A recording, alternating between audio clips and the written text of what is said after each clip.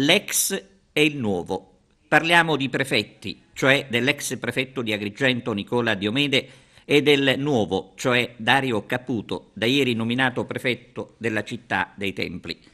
Ad Agrigento, intanto, la rimozione del dottor Diomede, decisa ieri dal Consiglio dei Ministri, è l'argomento del giorno e c'è incredulità tra i cittadini, considerato il legame che proprio Diomede aveva instaurato con gli agrigentini fin dal suo insediamento il 29 dicembre del 2013.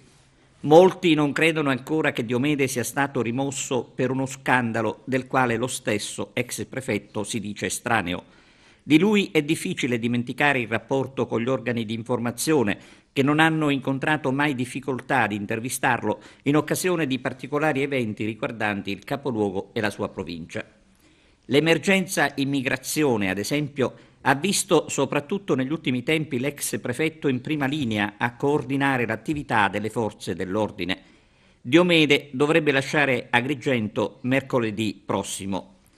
Il nuovo prefetto Dario Caputo, 61 anni, laureato in scienze politiche a Padova, è stato vice capo di gabinetto del ministro per la coesione territoriale e il Mezzogiorno.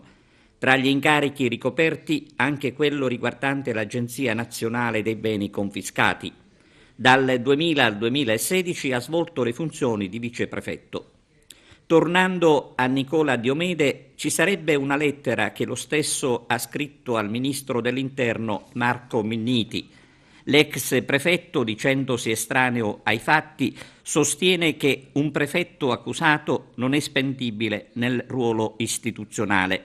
Agrigento, secondo Diomede, merita un prefetto senza ombre.